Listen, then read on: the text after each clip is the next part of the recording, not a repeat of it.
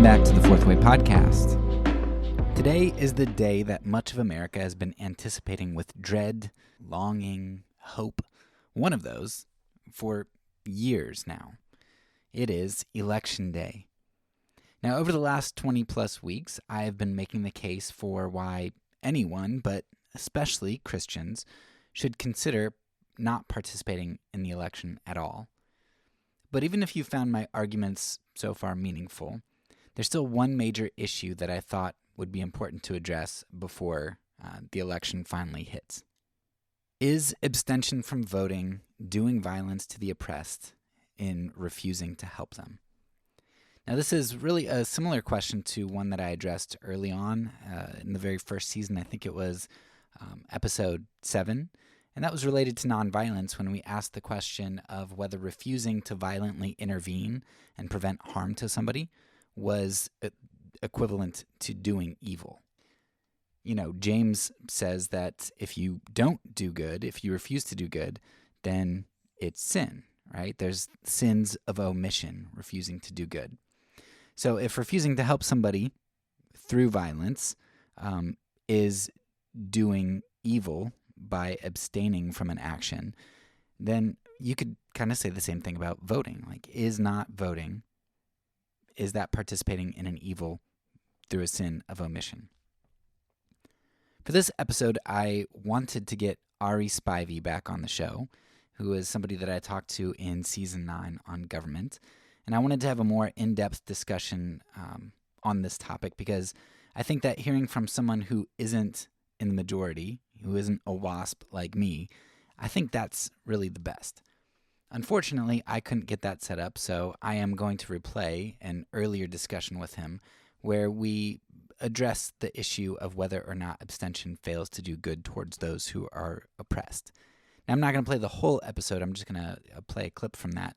But you can go back to Season 9 and find my interview with Aree if you'd like the whole thing. The clip is a relatively short one compared to our other episodes, but it's jam-packed with a number of different points that he makes. And I'm also going to have a longer introduction to it today.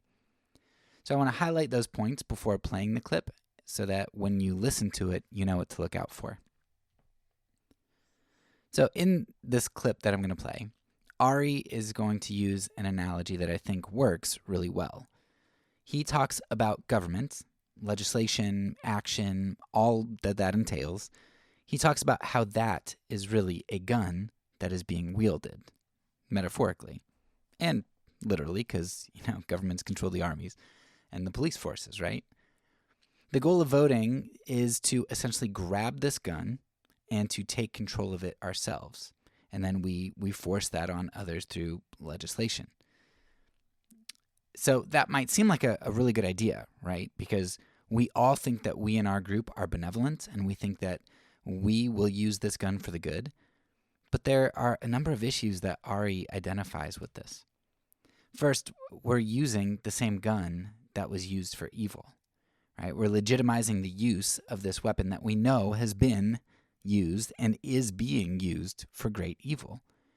And in fact, many minorities today still think that the nation, the United States, is populated with menacing racists. By legitimizing the gun and perpetuating the power of this gun that is still wielded for evil and trying to grasp it ourselves, we end up not only becoming morally complicit with the evil that's continuing, but we end up propping the system of evil, legitimizing it. And even if we do wrest the gun away for a period of time, we end up perpetuating it so that it can be grabbed by evil men and women again in the future. Or it can turn our own hearts evil, because we so often haughtily assume that we ourselves won't use the gun for evil or be corrupted by it. Now that might all seem like a smug, idealistic approach, right? Well, if you can't do it perfectly, then don't do it, right? That sounds like what I'm advocating here. I'd argue that it's really probably more like telling an alcoholic not to go into a bar, right? If they're trying to get off of alcohol, like, you wouldn't send them into that situation. Well, history shows us the human heart and our addiction to power and the way that it leads us to violence. So I would argue that it's much more like that than it is smug idealism. Nevertheless, simply refusing to use the gun ourselves isn't going to make the gun go away, right? It's still going to be wielded against somebody even if I choose not to pick it up. But the question is then, will our promotion of the gun and our use of it really make the world a better place? I mean, CRT, a view which is strongly opposed to minority oppression and racism, it recognizes that the gun, it persists, and it's continually pointed towards the oppressed, no matter what. We discussed this earlier in the season, that racism and injustice, they don't go away. They just get morphed into different forms. Slavery became convict leasing, sharecropping, debt peonage, Jim Crow, redlining, mass incarceration. It just continues. Those in 1865 thought that by grabbing the gun, they were making the world a better place, a place without ironclad slavery. And in one sense, they did create that. Yet slavery persisted in other forms. But now it was just a more nebulous and out-of-sight form, harder to put one's finger on and to dismantle. Arguably, what improvements we have made in the U.S. in dismantling slavery only came because we then figured out how to export our oppression, or morph it. Because it was only a few decades after the Civil War when the United States began to expand its territories and influence, beginning with Hawaii, then Cuba, and the DR, the Philippines, and South and Central America. In the 20th century, the U.S. was directly and indirectly responsible for exporting more violence on more bodies than all of the slaves ever held in U.S. captivity. And the U.S. continues this violence not only through wars, but through slave labor and debt peonage of other nations. We have exported our slavery and violence to compensate for the labor that we lost after the emancipation of the enslaved here in the States. In essence, then, this gun that we have been grasping at has not only failed to advance justice in our nation as far as it seems to have advanced it on the surface, but wherever we do see more justice, we can find exported injustice that compensates this. Injustice is lucrative, which is why everyone wants to control the gun. And when one does get a hold of the gun, they declare that justice is finally served because they're no longer oppressed. So long as their oppression ceases, so long as they have power, they're conveniently blinded to the injustice being done towards others, this shifting and morphing of injustice. This all reminds me a little bit of the life of Frederick Douglass, someone that we've talked a little bit about on the show. I have a work by him read in our Great Work series in which Douglass espouses a pacifistic stance towards resolving the travesty of enslavement. Douglass had initially held on to this pacifistic stance as conveyed to him through William Lloyd Garrison. But it didn't take too long for Douglass to throw off this seemingly naive idea to embrace a more realistic, so he thought, and more practical position, right? Using politics, grasping at the gun, grasping at violence in order to accomplish what was good. And isn't that what politics is? Grasping at the gun and using violence to accomplish what one believes is good, however one defines that. Well, Douglass's stance, it seemed to pay off because the enslaved in the States were freed through violence. We can forget that most of the rest of the world freed the enslaved without violence, right? But in the States, it came through violence. Douglass succeeded. His group succeeded. And Douglass's new ideology prevailed. He snatched the gun from the enslavers and the racists, and he turned it back on them. Now, fast forward a few decades, though, from the Civil War, and as I elaborated on in our episode on Haiti, Frederick Douglass gained a position of power. He became an ambassador to Haiti. He had a chance to expand U.S. influence in the world as well as represent being a black man in a position of power. And he had a chance to work to better a society that was built by the formerly enslaved, the Haitian society, a people with whom Douglass felt perhaps more kinship than with those in the States, or maybe at least as much, I don't know. But what ends up happening to Douglass as he continues to hold the gun of political power and imperial might? What transpires? Well, he's forced to aim that gun at the formerly enslaved and the still oppressed people of Haiti. And he's forced to do it at the behest of former slaveholders and current racists for their benefit. Because Douglas is a man of great integrity, though, he ends up dropping the gun very quickly, as big business and big government oust him from his position as ambassador. And as far as I'm aware, Douglas didn't give up on trying to get a hold of the gun again. He still advocated grabbing that gun. He spoke out vocally for the up-and-coming women's suffrage movement, and talked about the importance of people voting and getting into politics. So Douglas didn't think, even after his experience in Haiti, he didn't think that the problem was the gun. Rather, that the bad people still held the gun. All in all, though, I think Douglas's story is extremely informative for us here. Do I think the gun in the hands of Douglas would have done less harm and more good than the gun wielded by aristocratic imperial racists? Yeah, definitely. But what we see in the case of Douglas is that the gun is always aimed somewhere. For hundreds of years, that gun was aimed at black and brown bodies here in the U.S., and to a certain extent, it still is, just in different forms. But as the story of Frederick Douglass shows, it's easy for those who grab the gun to purposefully or ignorantly overlook where the gun ends up getting pointed, once it's no longer pointed at them. In fact, it became easy for the oppressed to become the oppressors. Douglas may have been unwilling to turn the gun on a people who were so clearly being exploited, but I would argue that Douglas is the exception and not the rule. In the world of politics and power, it's the exceptions, not the rules, that are made to be broken.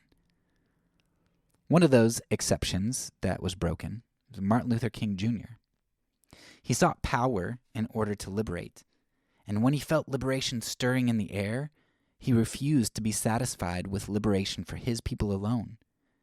Yes, civil rights for the black community was a central struggle for Dr. King, but in uncovering injustice against his own community, he also uncovered injustice in the broader nation and the globe.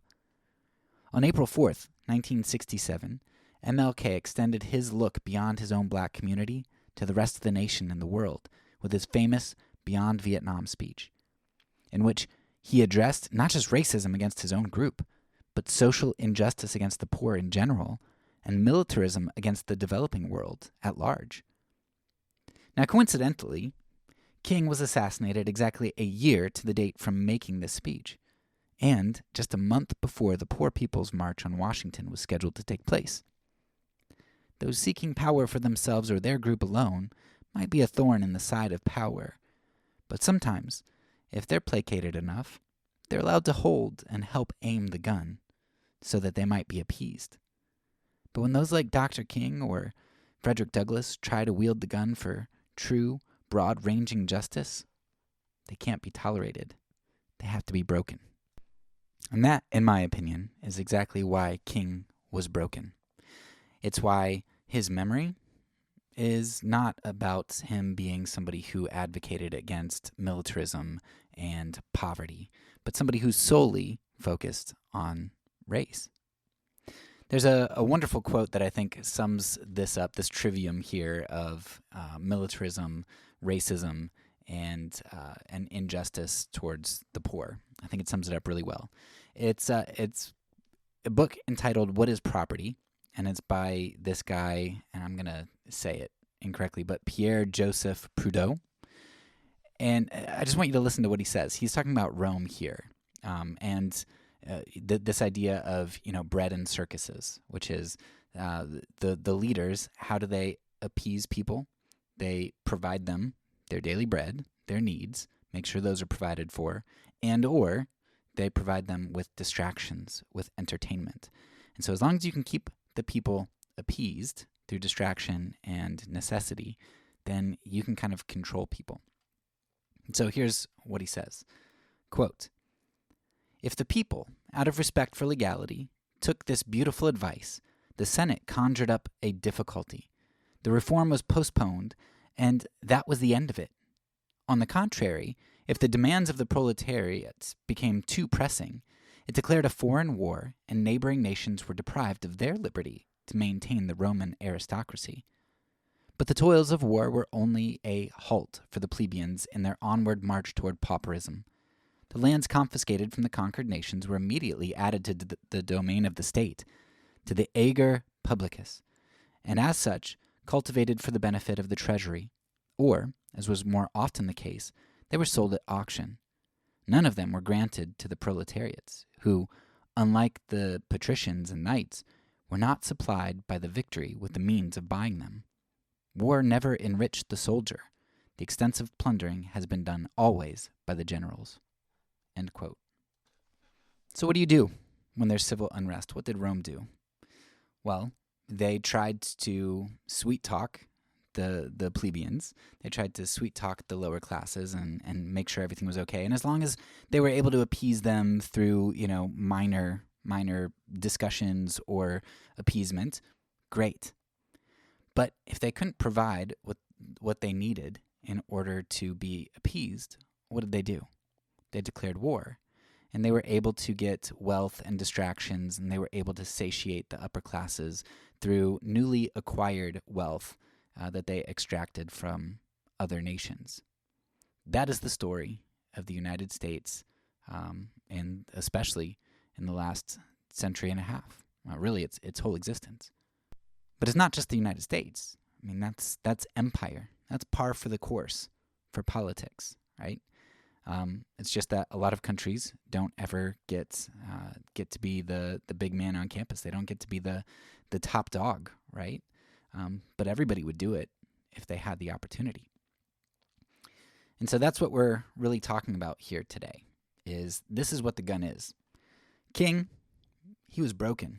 He was killed because he put these puzzle pieces together, right? He recognized the relationship between the gun and where it gets pointed, and all of these the poverty, the militarism, and the racism. In this episode, then, we are going to hear Aree talk about this metaphorical gun that he doesn't think we should grab at, even at the promise that with it, we might be able to do great good. And that's because Aree knows how politics works. And he knows history, a small portion of which I just touched on here, and much more which I've discussed throughout the seasons.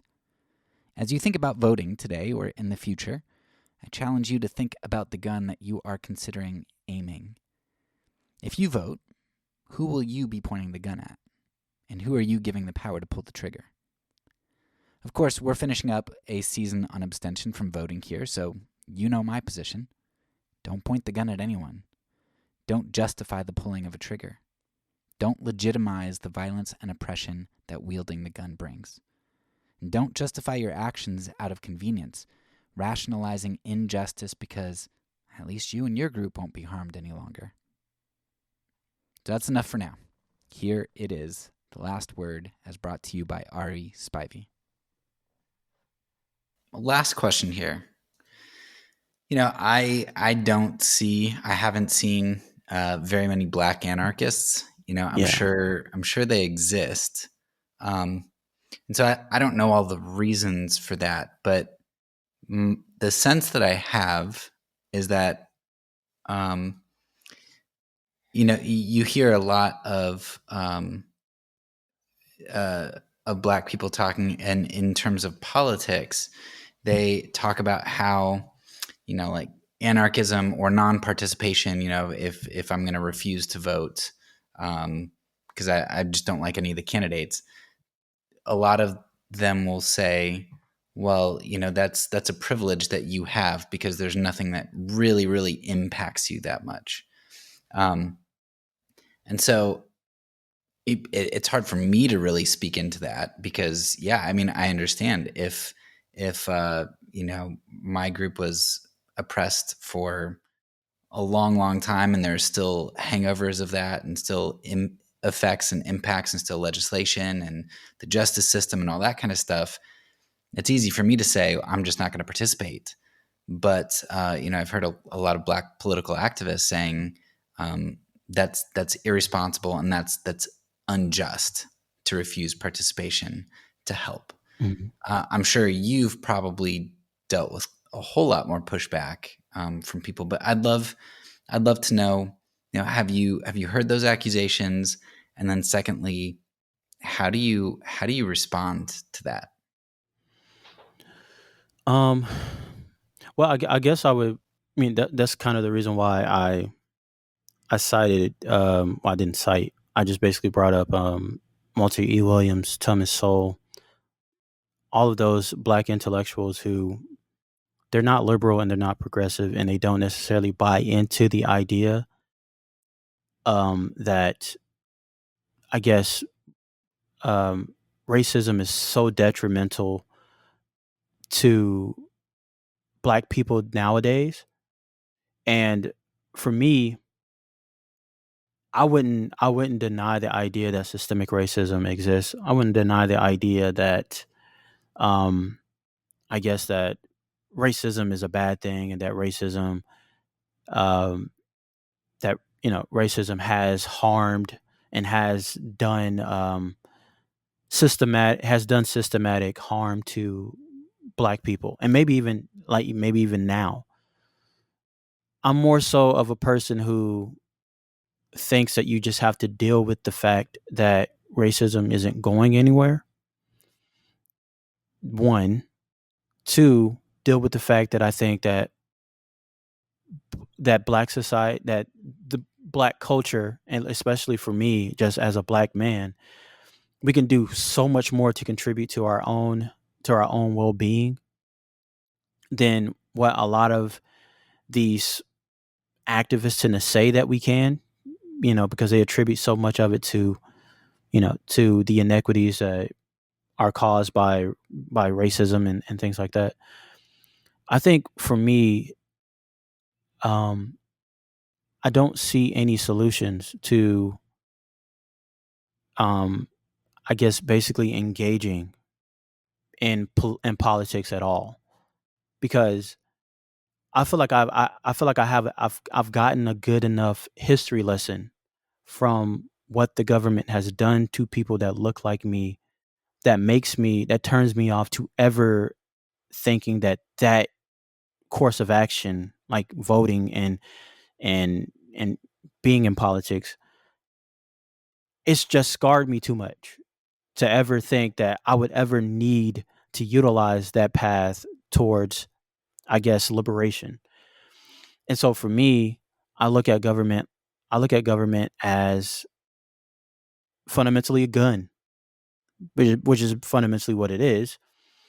And looking at what, my grandmother, she grew up in the 50s. She was born in the 50s. So she went and experienced Jim Crow, right? So it's not like I'm completely turned off to the idea that racism is horrible. My grandmother is still alive. Jim Crow wasn't that long ago. I mean, just looking at the span of how long America has been here. So I wholly understand that um, there are still racial inequities that occur in this country. That there's still things that can be done and that can be improved.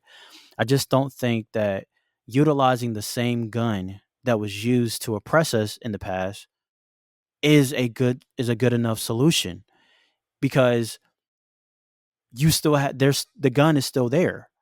Like who's to say? Because when it comes to these kinds of people, they'll say that um, the culture is still systemically racist. So they're saying that there's still a bulk of the American populace that's still racist. And they'll say, hey, politicians, police officers, there's still a lot of them who are still benefiting from and even perpetuating the idea that America is systemically racist. Why would I want to give them the gun to potentially do what you say it's doing again?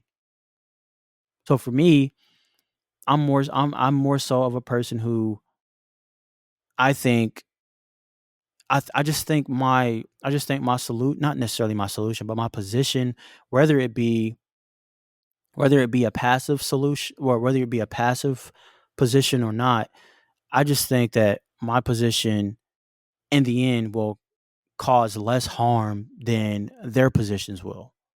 Because either way it goes, you acknowledge that the government has done and perpetuated all of these inequities and have perpetuated all of these tyrannical things on us.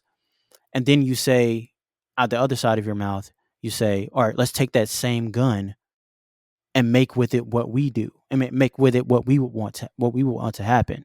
But then you simultaneously say we're still dealing with a systemically racist society, and all of our institutions still involve racism.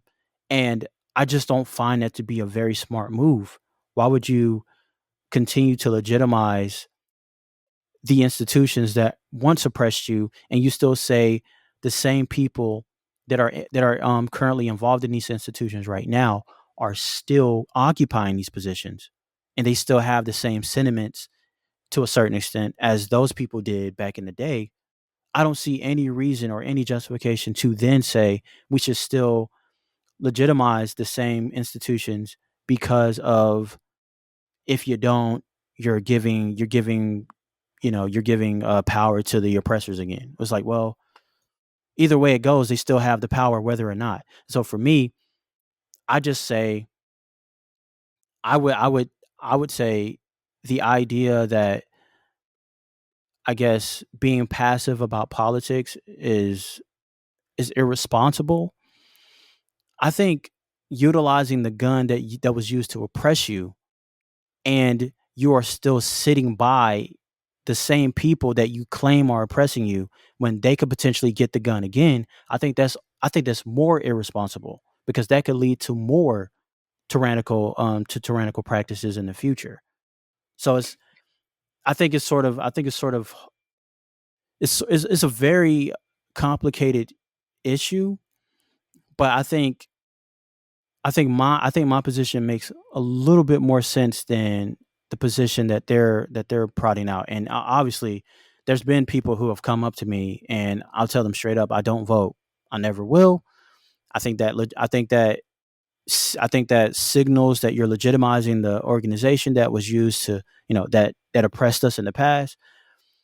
And they'll say, "Yo, well, we need it. It's necessary because of this or that and this or that." And it's like, I just can't get past the idea that I'm basically getting in the same car that all of these, and getting in the same car and potentially, that's a bad analogy, but using the same gun, I guess, to get what I think get needs to be done, and potentially the next year, the people that I claim to be my oppressors can get the gun back. So I think my solution would be is to just do away with the gun. You know, just do away with the gun, and you won't have that, because I think that a racist person without the state, I just think is just, I think he's powerless, honestly. So if you have a racist person with the state, that's potentially that's potentially genocide. A racist person without the state, that's just a racist person with bad ideas. Yeah, no, And I'm not afraid of a racist person. I'm afraid of a racist person with a badge on them. I'm not afraid of a racist person who's just sitting there. So what? So I think it's just bad. It's bad. It's a bad way to live, to think that the same the same institution that was used to oppress you, that you could potentially use it in a good way. I just don't think it's plausible. And I think when you look at the history of the way that governments tend to do, they tend to become oppressive, and they tend to become and descend into tyranny. And on top of that, so with that, and then on top of the fact that racism was literally um, perpetuated by the government, I just find it extremely irrational to ever believe that it would be okay to participate in the political system. yeah, I like those analogies, and talking about the harm an individual can do versus the harm that a group with power can do. And it also reminds me a lot of CRT. I think it's a shame that there are so many people in some of the groups that we run in, but then also, the conservatives who supposedly want to limit the state. They're very anti-CRT, and I'm like, you guys are crazy. You should be all about CRT, because not only does it make accurate observations, okay, I don't like their solutions, which is why I think so many people don't like CRT, because it basically wants government to do stuff. But its observations are spot on. It's exactly what you just said. It says, hey, look, government says that they fix our problems with legislation, but what they really do is they shift the problem to somewhere else. Okay, they got rid of slavery. No, there's debt peonage and there's sharecropping. It's really slavery. Okay, well they give minorities the right to vote. Yeah, but then they disenfranchise them through the war on drugs, right? Well, CRT makes all those observations, and they essentially say the government's worthless. It doesn't fix the problems. But then CRT goes on to say, so let's use the government to fix this problem. So I think your observations are spot on. I think it's exactly what CRT observes. It's just your solution is a far better one than CRT proposes.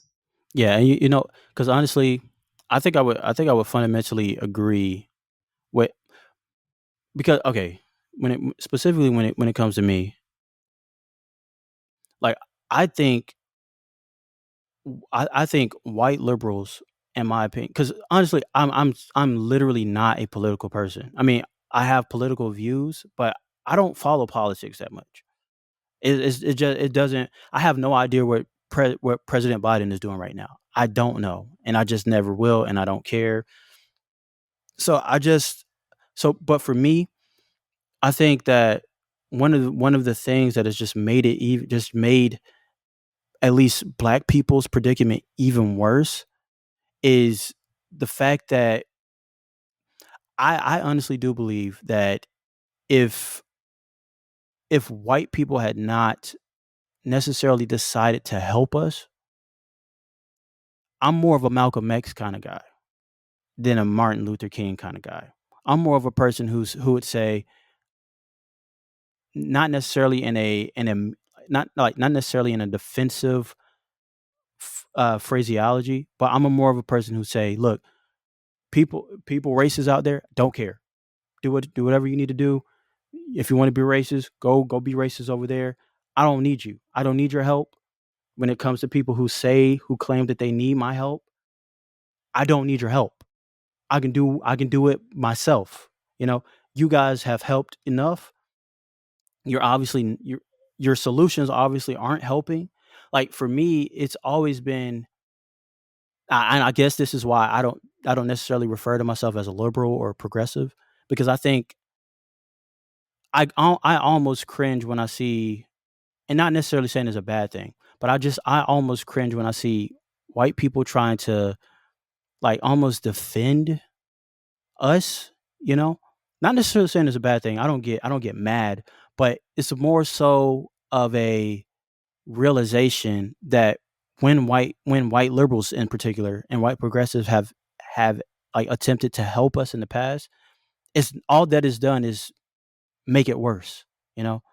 And for me, when I hear stuff like that, like, yo, hey, look, we have white privilege or we do whatever. And I acknowledge that white privilege exists. I don't care. It's not really a big thing for me. But one of the things that make it difficult for me to get on board with the idea, specifically like, okay, with CRT, fine. They make a lot of valid observations about the world and about what the government, what solutions may be the best solution for us.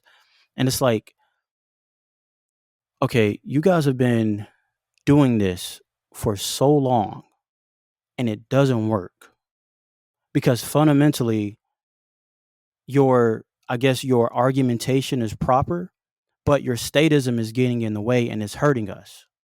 So for me, I can't even stomach the idea of, like, specifically like white liberals trying to, I guess, help me and help us, because I just see that it doesn't actually help anything. It really doesn't help anything. And so this is fundamentally the reason why I'll say, hey, I think the solution is put down the gun that was used to oppress us, and let's work on it ourselves. Because if what you guys are saying, basically that, you know, that the white population, they fundamentally don't care about where we are, and and they're benefiting from this system and whatnot. It's like, okay, fine, let's just say that that's true. I don't think it's true. I think the majority of white people in this country are cool. I don't think most people have negative views about me just because of my skin color. I think most white people are lovable people. But for me, if you're going to take the idea that, you know, that we live in a society that oppresses us because of our skin color, I don't see why you would want to exercise your right to vote when you have a populace that is what, almost 70% white. But you also say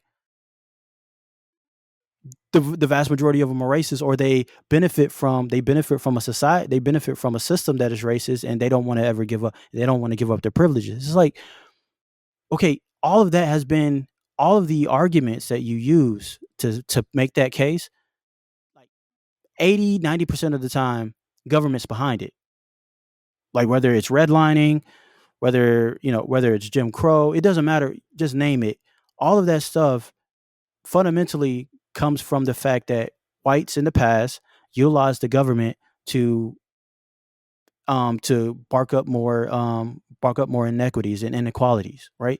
So it's like, I just don't get, why do you insist on utilizing the state institution, when, one, what it does, what it could potentially do to us, and two, for a fact that the vast majority of people in this country are white, and you also say we live in a systemic society, and they benefit off of this. They benefit off of the racism. What do you expect is going to be the result of that type of stuff? I just literally don't get why black more black people aren't at least, at minimum, libertarians, and at maximum anarchists. I just don't get it, because I think the logical conclusion to looking at the history of what Black America has gone, well, Black society, Black culture has, not Black culture, but Black people have gone through in this country, is anarchism. I say throw away the whole thing, and let's see if we can get it out the mud and do it ourselves. Because I don't see the government shrinking.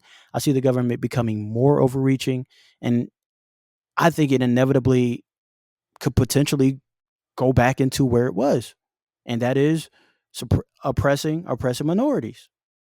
Because that's kind of what you guys already say anyway. That's what you're supposing. That's what you're supposing anyway. That's why you don't want Republicans and conservatives in office, because you think it is going to lead to the oppression of minorities. Why do you continue to subsidize and legitimize this particular institution that you think is going to, well, could potentially um, oppress us again? I don't see why you just don't do away with it. Well, Just throw it that's away. exactly what a democracy is. It's the oppression of a minority by a majority, or Very much maybe so. oppression's a harsh word sometimes, but I mean sometimes it literally is, like you said. Um, well, I've got kiddos who woke up, and hmm I would love to continue, but I enjoyed it. We'll have to Yes, do it sir. again sometime. Yeah, Um, and I'm sorry. I'm sorry. I ramble. I should have no, warned you before we even started. I ramble a lot. well, I invited you. This is about you getting to share your thoughts. So whatever you shared was fantastic, and we can do it again sometime. Yeah, I look forward to it. All right. I appreciate you taking the time out of your day. Yes, sir. Appreciate it. Thank you. All right. That's all for now. So peace, and because I'm a pacifist, when I say it, I mean it.